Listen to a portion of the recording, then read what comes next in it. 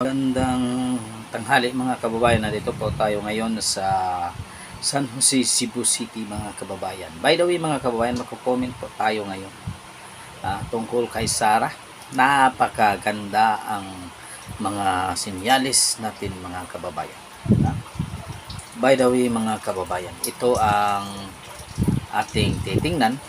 Kung hindi ka pa na-subscribe sa aking channel, sa ating mounting channel, subscribe naman, pa-like and share ang ating video para naman madagdagan ating mga subscriber. By the way mga kabayan, ito na.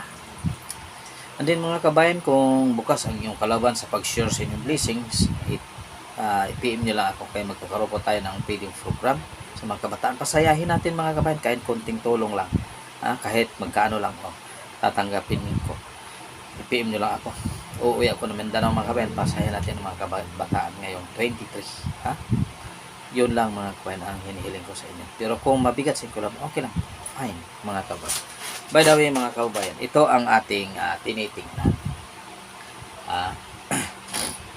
91% ang trust rating ni Inday Sara. Tapos ngayon, ito ay pagtitiwala ng tao sa kanya bilang Vice President mga kababayan.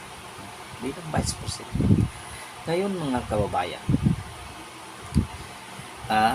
itong Congress, kabila ang hearing. Kabila ang hearing. Hearing doon, hearing sa extrajudicial killing, hearing sa confidential fund, hearing sa bilang DepEd Secretary, paano ginastos ang pera. Ngayon, 91% ang resulta ng taong bayan ang kanya sa base sa survey. Ngayon, i-impeach ninyo si Sara. Tingnan mo. Baka maiba ang ihip ng hangin kung i-impeach ninyo. Titingnan ninyo, utak ang gamitin mga kababayan, di ba? Sabi ni Eddie Garcia, sa labanan, hindi kailangan ng tapang utak. Pero kung ginagamitan ninyo ng utak, i-impeach ninyo si Sara na 91% ng kanyang survey. Ibig sabihin, magkagulo ang Pilipinas. Magkagulo. Kaya yung hearing niyo TUADCOM, yung hearing ninyo sa Committee on Ethics, kung hearing ninyo sa DepEd, itigil na yan. Tigil na yan. Huwag na kayong magagawa pa. Kahit anong paninira ninyo kang Inday Sara, ang taong bayan hindi pa rin naniniwala sa inyong diskarte, sa inyong kalakaran. Kasi alam nila, alam namin na yan ay hearing nyo ay isang political harassment. Isang political harassment mga kababayan, di ba? Paano mo i-impeach ang isang tao? 91% ang trust rating. Ngayon, kung i-impeach nyo yan, kung mag-iba ang ihip ng hangin, baka magkaroon pa si Inday Sara, maging presidente pa yan. Maging presidente yan. Titingnan nyo. Baka January, i-impeach nyo. Baka pagka-June, si Inday Sara ng presidente. Diba? Yun ang utak gamitin. 91%.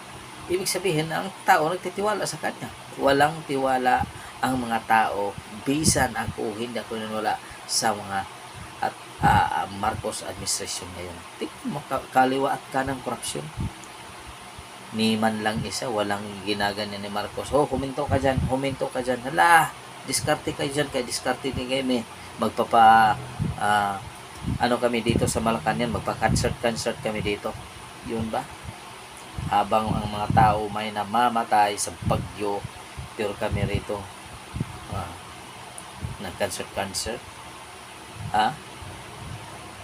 Huwag mong sabihin na wala tayong magagawa dyan, nandyan ang bagyo. Dapat binabalita pa lang, nag-prepare na. Dapat evacuation, ipapatupad talaga. Papatupad talaga, hindi yung puro lang salita. Puro plano, napakagandang plano. Wala namang resulta, wala namang mga big infrastructure ang nagawa. Mabuti pa si Sara, wala pang bagyo, nandoon na, nakaantay na ang kanyang mga tauhan upang mamigay ng tulong sa taong bayan. Di ba? Yan. Vice President yan, kahit kinakaltasan ninyo ang kanyang funding, ang kanyang budget, pero nagawa pa rin niya na mamigay sa mga taong nangailangan ng tulong. Kayo, anong naibigay niyo? Nakabili pa kayo ng helicopter, nakabili pa kayo ng private jet. Baka sa susunod iiyak na kayo na imbestigahan. Magmamagaling para ba itong taong to? Magmamagaling pa. Resource person daw at ang witness si Isa. Ano sabahin mo kay ni Sara? Bugo, bubo, katulad ni Gadon. Tingnan mo si Gadon yan, nasana. Sekretary Pagarte, nasana. Na mas maraming taong pa, mas lumala pa ang hirap ng tao ngayon. Sabihin ninyo, nasaan na? Di ba? Kaya nagplano kayong i-impeach ni Sara, huwag nang ituloy. Huwag nang ituloy. Kasi baka maiba pa ang ihip ng hangin. Baka si Sara ngayon June uupo na siya bilang presidente. At kayo, anong mangyayari sa inyo na gumagawa ng investigasyon? Sasabihin ninyo, wala lang yan. It's aid of legislation. Aid of legislation. Diba? Aid of legislation talaga. By the way, mga kababayan, sana huwag kayong nagpapasalamat pa rin ako sa inyong pagtitiwala sa akin bilang isang tao, bilang isang baguhang vlogger. Kung sakali man magaan sa inyong puso, pa-subscribe, like at share ang ating video para naman madagdag natin mas-subscriber mga kayo. Maraming salamat po. God is good all the time. God is good. Maraming salamat sa inyo. Pinsinyar kanina tanong mga kababayan.